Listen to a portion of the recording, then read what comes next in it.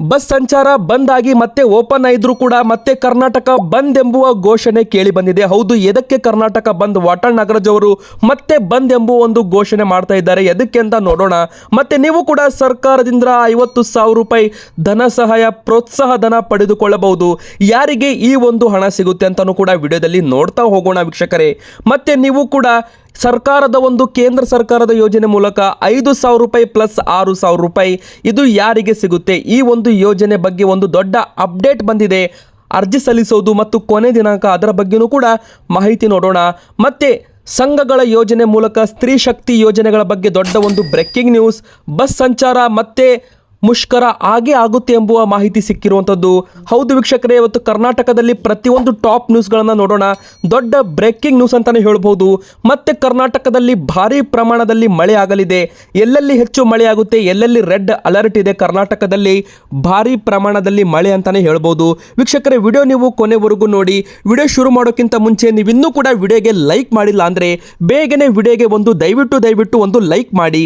ಹಾಗೆ ವೀಕ್ಷಕರೇ, ನಿಮ್ಮ ಒಂದು ಊರಿನ ಹೆಸರನ್ನು ಕಮೆಂಟ್ ಮಾಡಿ. ಅಷ್ಟು ಮಾತ್ರವಲ್ಲದೆ ಈ ಒಂದು ಬಸ್ ಸಂಚಾರ ಮುಷ್ಕರ ನಡಿಬೇಕಾ ಕರ್ನಾಟಕದಲ್ಲಿ? ಮತ್ತೆ ಬಸ್ ಸಂಚಾರ ಬಂದ್ ಆಗಬೇಕಾ ಬೇಡವಾ? ನಿಮ್ಮ ಅನಿಸಿಕೆ ಏನು ಎಂಬುದನ್ನು ಕಮೆಂಟ್ ಮಾಡಿ ಕೂಡ ನೀವು ತಿಳಿಸಬಹುದು.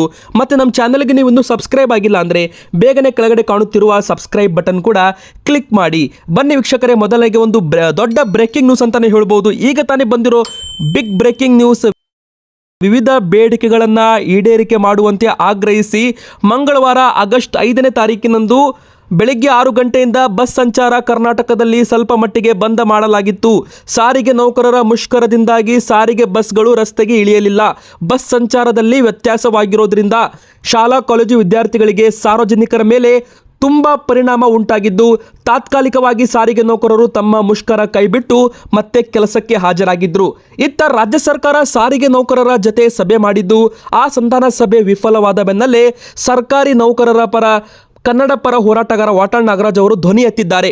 ಸಾರಿಗೆ ನೌಕರರ ಬೇಡಿಕೆಗಳನ್ನು ಈಡೇರಿಸದೆ ಹೋದರೆ ಕರ್ನಾಟಕ ಬಂದ್ ಮಾಡಲಾಗುತ್ತದೆ ಎಂದು ಕನ್ನಡ ಪರ ಹೋರಾಟಗಾರ ವಾಟಾಳ್ ನಾಗರಾಜ್ ಅವರು ರಾಜ್ಯ ಸರ್ಕಾರಕ್ಕೆ ಒಂದು ಎಚ್ಚರಿಕೆಯನ್ನು ಇಲ್ಲಿ ನೀಡಿರುವಂಥದ್ದು. ಹೌದು ವೀಕ್ಷಕರೇ, ಈಗ ಸಾರಿಗೆ ನೌಕರರ ಬಹಳ ವರ್ಷದ ಬೇಡಿಕೆಯಾಗಿದೆ. ರಾಜ್ಯ ಸರ್ಕಾರ ಕೂಡಲೇ ಅವರ ಬೇಡಿಕೆಗಳನ್ನು ಈಡೇರಿಸಲೇಬೇಕು. ಸರ್ಕಾರಿ ನೌಕರರ ಬೇಡಿಕೆಗಳನ್ನು ಅಂದರೆ ಸಾರಿಗೆ ನೌಕರರ ಬೇಡಿಕೆಗಳನ್ನು ಸರ್ಕಾರ ಪರಿಗಣಿಸಬೇಕು. ಯಾವ ಸರ್ಕಾರ ಕೂಡ ಅವರ ಸಮಸ್ಯೆಗಳನ್ನು ಆಲಿಸಲಿಲ್ಲ. ಅವರ 36 ತಿಂಗಳ ವೇತನವನ್ನು ಕೊಡಬೇಕು, ರಾಜ್ಯ ಸರ್ಕಾರ ಹಿಂಬಾಕಿ ಪಾವತಿ ಮಾಡಬೇಕು ಎಂದು ಕನ್ನಡ ಪರ ಹೋರಾಟಗಾರವರು ವಾಟಾಳ್ ನಾಗರಾಜ್ ಅವರು ವಿಶೇಷವಾಗಿ ಸರ್ಕಾರಕ್ಕೆ ಒಂದು ಮನವಿ ಮಾಡಿದ್ದಾರೆ.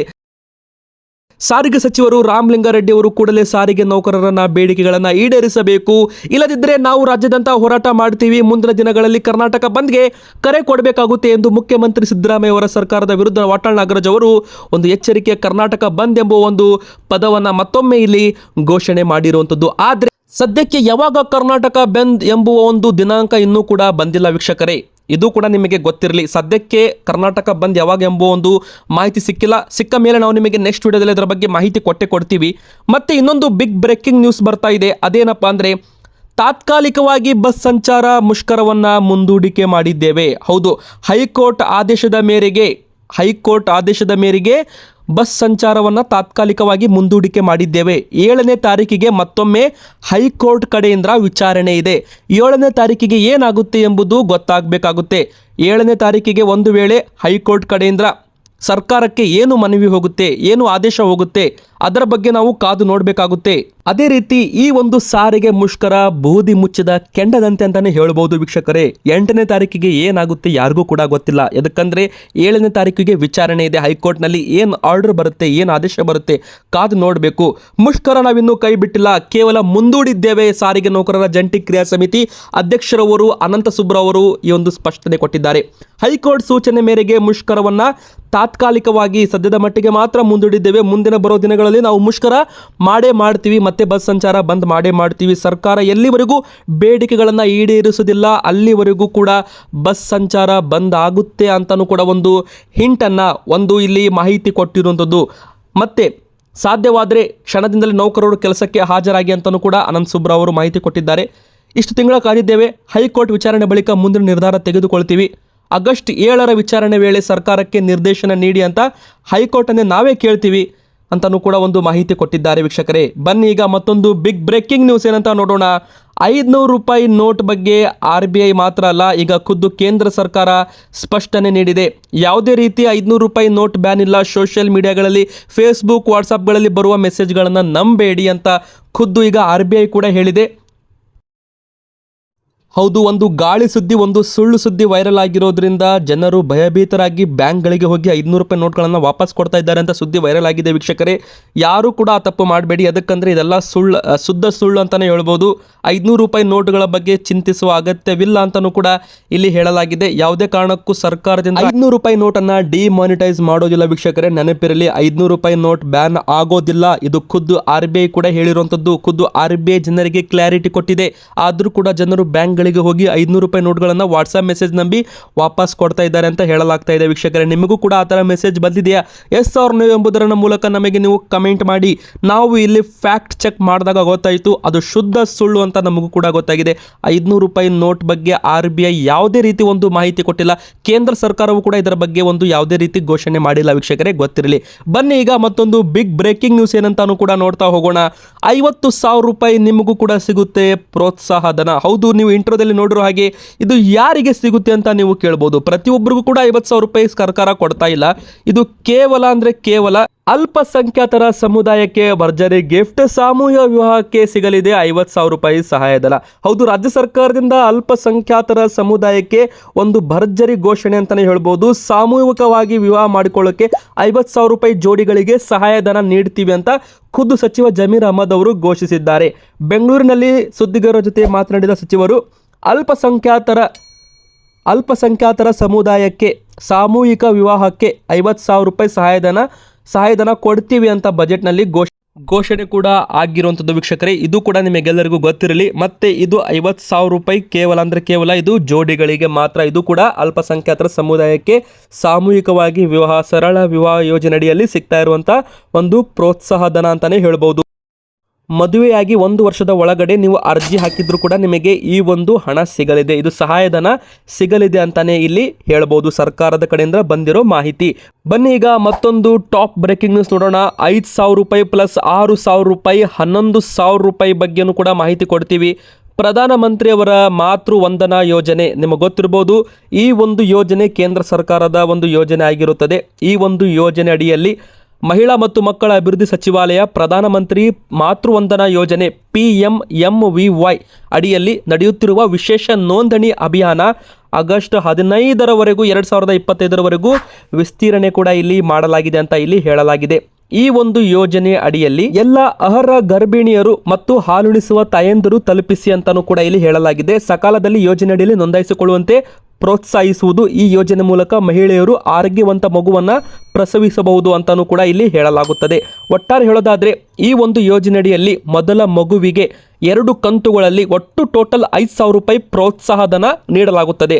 ಹೌದು, 2ನೇ ಮಗುವಿಗೆ ಹೆಣ್ಣು ಮಗುವಾದರೆ ಹೆರಿಗೆಯ ನಂತರ ಒಂದೇ ಕಂತಿನಲ್ಲಿ 6,000 ರೂಪಾಯಿ ಪ್ರೋತ್ಸಾಹಧನ ನೀಡಲಾಗುತ್ತದೆ. ಮತ್ತು 15ನೇ ತಾರೀಕು ಕೊನೆ ದಿನಾಂಕವಾಗಿರುತ್ತದೆ. ಪ್ರಧಾನಮಂತ್ರಿ ಮಾತೃ ವಂದನಾ ಯೋಜನೆ ಗರ್ಭಿಣಿಯರು ಈ ಒಂದು ಯೋಜನೆಗೆ ಅರ್ಜಿಯನ್ನು ಹಾಕಬಹುದು.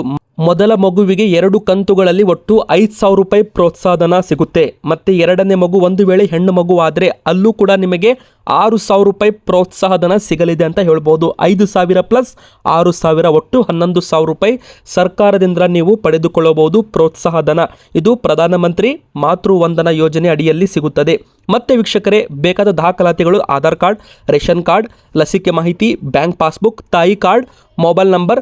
ಅಧಿಕಾರಿಗಳನ್ನು ಭೇಟಿ ಮಾಡಿ, ನಿಮ್ಮ ಹತ್ತಿರದ ಅಂಗನವಾಡಿ ಕಾರ್ಯಕರ್ತೆ ಅಥವಾ ಆಶಾ ಕಾರ್ಯಕರ್ತೆಯರನ್ನು ನೇರವಾಗಿ ಭೇಟಿ ಮಾಡಿ ಈ ಒಂದು ಯೋಜನೆ ಬಗ್ಗೆ ನೀವು ಅರ್ಜಿ ಸಲ್ಲಿಸಬಹುದು. ಅಗತ್ಯ ದಾಖಲೆಗಳನ್ನು ನೀಡಿ ಯೋಜನೆಗೆ ನೋಂದಣಿ ಮಾಡಿಸಿಕೊಂಡರೆ ಈ ಒಂದು ಸರಳ ಹಂತಗಳ ಮೂಲಕ ನೀವು ಸುಲಭವಾಗಿ ಯೋಜನೆಗೆ ಅರ್ಜಿಯನ್ನು ಹಾಕಬಹುದಾಗುತ್ತೆ ಅಂತ ಹೇಳಲಾಗಿದೆ. ಮತ್ತು ಈ ಯೋಜನೆಯ ಮುಖ್ಯ ಉದ್ದೇಶ ಏನಂದರೆ ಗರ್ಭಿಣಿಯರು ಮತ್ತು ತಾಯಂದಿರಲ್ಲಿ ಆರೋಗ್ಯದ ಬಗ್ಗೆ ಜಾಗೃತಿ ಮೂಡಿಸುವುದು, ಪೌಷ್ಟಿಕ ಆಹಾರ ಸೇವನೆಗೆ ಪ್ರೋತ್ಸಾಹಿಸುವುದು ಮತ್ತು ತಾಯಿ ಮಗುವಿನ ಉತ್ತಮ ಆರೋಗ್ಯವನ್ನು ಖಚಿತಪಡಿಸುವುದು, ಅಪೌಷ್ಟಿಕತೆ ತಡೆಗಟ್ಟುವುದು, ಗರ್ಭಾವಸ್ಥೆಯಲ್ಲಿ ಮತ್ತು ಬಾಣಂತದ ಸಮಯದಲ್ಲಿ ಮಹಿಳೆಯರು ಎದುರಿಸುವ ಅಪೌಷ್ಟಿಕತೆ ಮತ್ತು ರಕ್ತಹೀನತೆಯಂಥ ಸಮಸ್ಯೆಗಳನ್ನು ತಡೆಗಟ್ಟುವುದು ಈ ಒಂದು ಯೋಜನೆಯ ಉದ್ದೇಶವಾಗಿರುತ್ತದೆ. ಮತ್ತು ಆರ್ಥಿಕ ನೆರವು ಉತ್ತಮ ಆರೋಗ್ಯ ಮತ್ತು ಪೌಷ್ಟಿಕ ಆಹಾರಕ್ಕಾಗಿ ಗರ್ಭಿಣಿ ಮತ್ತು ಬಾಣಂತಿಯರಿಗೆ ಆರ್ಥಿಕ ಸಹಾಯ ಒದಗಿಸುವುದು ಈ ಒಂದು ಯೋಜನೆ ಉದ್ದೇಶ. ವೀಕ್ಷಕರೇ, ಬುಧವಾರದವರೆಗೂ ಮತ್ತೆ ಭಾರಿ ಮಳೆ ಸುರಿಯಲಿದೆ. ಹೌದು, ಮುಂದಿನ ವಾರ ಬುಧವಾರದವರೆಗೂ ಭಾರಿ ಮಳೆ ಆಗಲಿದೆ. ಕರ್ನಾಟಕದಾದ್ಯಂತ ಮುಂಗಾರು ಜೋರಾಗಿದೆ, ಮತ್ತೆ ಮಳೆ ಚುರುಕಾಗಿದೆ.